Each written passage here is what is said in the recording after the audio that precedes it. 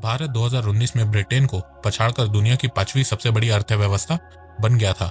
लेकिन 2020 में corona virus महामारी के आने से भारत की अर्थव्यवस्था की गति धीमी पड़ गई और 2020 में ब्रिटेन ने ऊपर कदम बढ़ाया और भारत एक बार फिर छठे नंबर पर पहुंच गया। Centre for Economics and Business Research (CEBR) ने अपनी 2020 की एनुअल रिपोर्ट में बताया है कि कोरोना महामारी और इंडियन रुपए की कमजोरी के चलते भारत वर्ल्ड लार्जेस्ट इकोनॉमी की रैंक में 6th पोजीशन पे आ गया। पर CEBR ने अपनी एनुअल रिपोर्ट में यह भी बताया है कि भारत 2025 में फिर से ब्रिटेन से आगे निकल जाएगा। उसके बाद 2027 में जर्मनी से आगे निकल जाएगा और 2030 में जापान से आगे निकल जाएगा और दुनिया की तीसरी सबसे बड़ी अर्थव्यवस्था बन जाएगा। इसके अलावा CEBR ने अनुमान लगाया है कि भारत की अर्थव्यवस्था 2021 में 9% की दर से विकास करेगी, जबकि 2022 में ये 7% की विकास दर प्राप्त करेगी। तो नमस्कार दोस्तों, स्वागत करते हैं आपका चार्जिंग पॉइंट हिंदी में। दोस्तों, आज के इस वीडियो में आप जानेंगे क्या इंडियन इकोनॉमी 2025 में वापस से 5th पोजीशन, 2027 में 4th पोजीशन और 2030 में 3rd पोजीशन पे आ पाएगी। तो जुड़े रहिए आप इस वीडियो के साथ। दोस्तों, मैं ऐसे ही एजुकेशनल टॉपिक पे बात करता हूं, तो अगर आपको मेरा काम पसंद आता है तो अब आप मुझे सपोर्ट कर सकते हैं पेट्रियन और यूट्यूब में ज्वाइन बटन के थ्रू। और अब आप मुझे फेसबुक, इंस्टाग्राम, ट्विटर में भी फॉलो कर सकते हैं और मेरी वीडियोस को वहां पे भी शेयर कर सकते हैं, लिंक डिस्क्रिप्शन में। सबसे पहले जानते हैं centre for Economics and Business Research (CEBR) के बारे में। CEBR centre for Economics and Business research बहुत ही रेप्यूटेड और नामी कंसल्टेंसी है। CEBR यूके की 25 साल पुरानी one of the leading economics consultancy है। ये हर साल डिफरेंट कंट्रीज की इकोनॉमी को एनालाइज करके उनके इकोनॉमिक फोरकास्ट बताती है। साथ में बहुत से प्राइवेट और पब्लिक ऑर्गेनाइजेशन के लिए भी काम करती है। Center for Economics and Business Research (CEBR) ने अपनी एनुअल रिपोर्ट में बताया है कि साल 2019 में भारत पहली बार दुनिया की 5वीं सबसे बड़ी अर्थव्यवस्था बना था, पर 2020 के एंड में भारत एक पोजीशन गिर के 6th लार्जेस्ट इकोनॉमी बन गया है और 2021 में यूके की इकोनॉमी 5th लार्जेस्ट इकोनॉमी होगी और भारत की 6th लार्जेस्ट इकोनॉमी होगी। पर 2025 में भारत वापस से 5th पोजीशन पे आ जाएगा और 2027 में भारत जर्मनी को बीट करके 4th लार्जेस्ट इकोनॉमी बन जाएगा और 2030 में जापान को बीट करके वर्ल्ड 3rd लार्जेस्ट इकोनॉमी बन जाएगा। सबसे पहले जानते हैं कि भारत की रैंकिंग किन कारणों की वजह से गिर गई है। CEBR ने भारत की रैंक गिरने के कुछ कारण बताए हैं। जैसे कि पहला कारण CEBR ने बताया है कि भारत की इकोनॉमी को कोरोना के चलते बहुत नुकसान पहुंचा है। भारत की GDP growth rate strict lockdown और ग्लोबल और डोमेस्टिक डिमांड के कोलैप्स कर जाने की वजह से Q2 में -23.9% गिर गई थी। यहाँ मैं आपको एक बात क्लियर कर देता हूँ कि ग्लोबल इंस्टीट्यूशंस का फाइनेंशियल ईयर जनवरी से स्टार्ट होता है और दिसंबर में खत्म होता है, इसीलिए उनका Q2 अप्रैल से जून तक का होता है। भारत का फाइनेंशियल ईयर अप्रैल में स्टार्ट होता है और मार्च में खत्म होता है, तो भारत का पहला क्वार्टर अप्रैल से जून होता है। तो यहाँ आप कंफ्यूज मत हो जाइएगा, यहाँ भारत के Q1 की बात हो रही है, जिसे ग्लोबल इंस्टीट्यूशंस Q2 मानते हैं। इसके अलावा CEBR ने बताया है कि इंडियन रुपी की वैल्यू डॉलर के मुकाबले कमजोर हो गई। इसके चलते भारत की GDP यूके की GDP से कम हो गई है। इसके अलावा CEBR ने एक और रीजन दिया है। CEBR ने कहा है कि कोरोना से पहले भारत स्लोडाउन से गुजर रहा था, इसीलिए लॉकडाउन के बाद भारत की GDP ग्रोथ रेट में इतना नेगेटिव इम्पैक्ट देखने को मिला है। अगर भारत स्लो डाउन से ना गुजर रहा होता तो शायद इंडियन इकोनॉमी में इतना डाउनफॉल देखने को नहीं मिलता। CEBR ने बताया है कि भारत की इकोनॉमी के स्लो डाउन होने के पीछे का reason fragility in the banking system, adjustment to reforms and deceleration of global trade है। तो जो लोग बोल रहे हैं कि डीमोनेटाइजेशन और GST के चलते भारत की अर्थव्यवस्था में स्लो डाउन देखने को मिला है, तो ऐसा नहीं है। भारत की बहुत बड़ी अर्थव्यवस्था है और स्लो डाउन होने के बहुत से रीजन है और ये सारे रीजन मैंने आपको पिछले ही साल बता दिए थे, पर मेरी बात को कुछ लोग नहीं मान रहे थे, तो अब CEBR ने भी यही कह दिया। अगर आपने मेरा पुराना वीडियो नहीं देखा तो आप यहाँ पे क्लिक करके देख सकते हैं और लिंक डिस्क्रिप्शन में भी दी है, वीडियो देखिएगा जरूर। इसके अलावा CEBR ने बताया है कि फ्यूचर में भारत की इकोनॉमी वापस से पटरी पे आ जाएगी और अपनी रफ्तार को कुछ सालों तक बनाए रखेगी। CEBR ने बताया कि भारत दुनिया का सबसे बड़ा वैक्सीन मैन्युफैक्चरर देश है और 2021 में भारत में रशियन बेस्ड और यूके बेस्ड वैक्सीन तैयार की जाएगी, जिसके चलते वैक्सीन की प्रॉब्लम भारत में नहीं होगी। 2021 में भारत में वैक्सीनेशन स्टार्ट हो जाएगी और लोग बिना किसी डर के वापस से काम पे आ जा सकेंगे। पर CEBR थिंक टैंक ने यह भी कहा है कि इसके साथ साथ इंडियन गवर्नमेंट को इंफ्रास्ट्रक्चर पे इन्वेस्ट करना होगा, जिससे भारत की इकोनॉमी बहुत तेजी से रिकवर हो सके।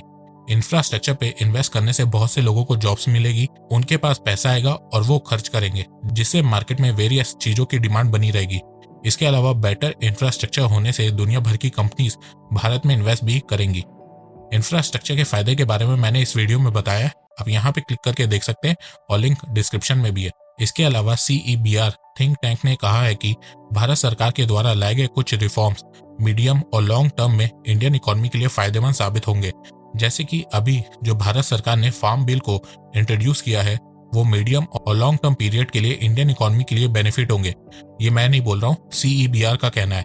इन the medium to long term, reforms such as the 2016 demonetization and more recently the controversial efforts to liberalize the agricultural sector can deliver economic benefit।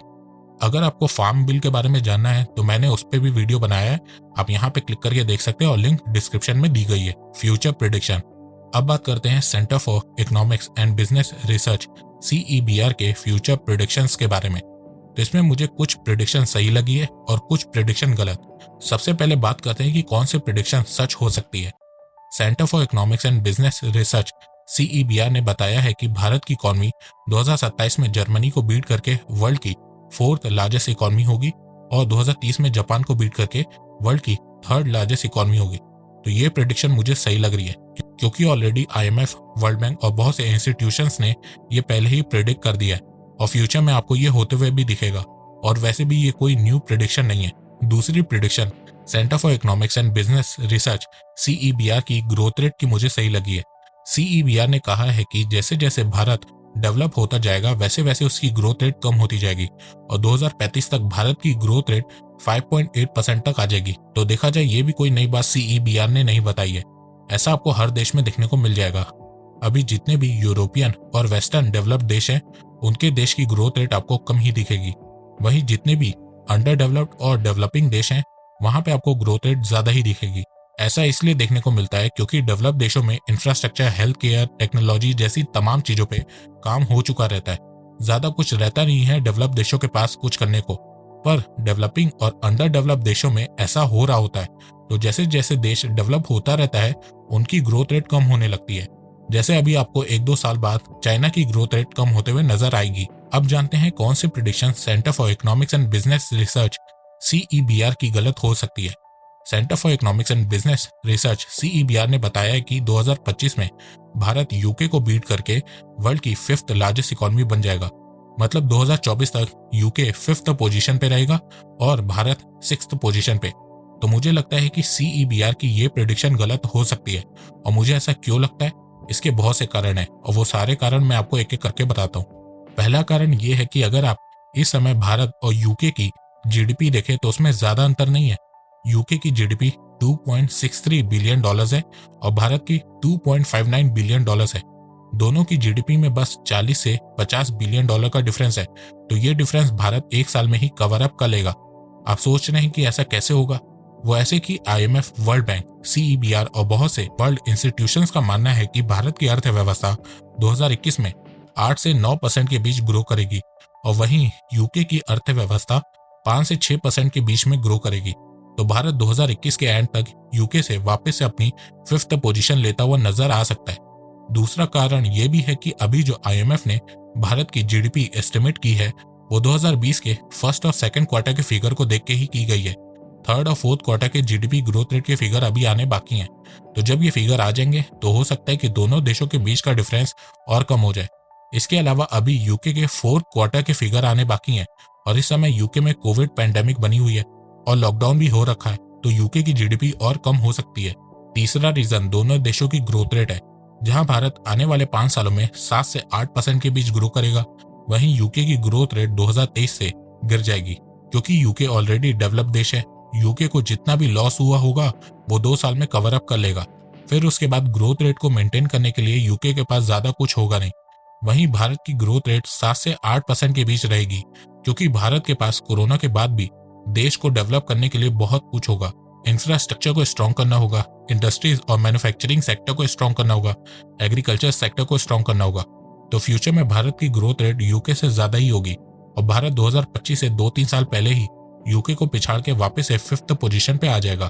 Centre for Economics and Business Research CEBR की एक prediction ऐसी है जिसको लेके मैं confuse हूँ, और वो ये है कि 2028 में चाइना अमेरिका को बीट करके वर्ल्ड की लार्जेस्ट इकोनॉमी बन जाएगा।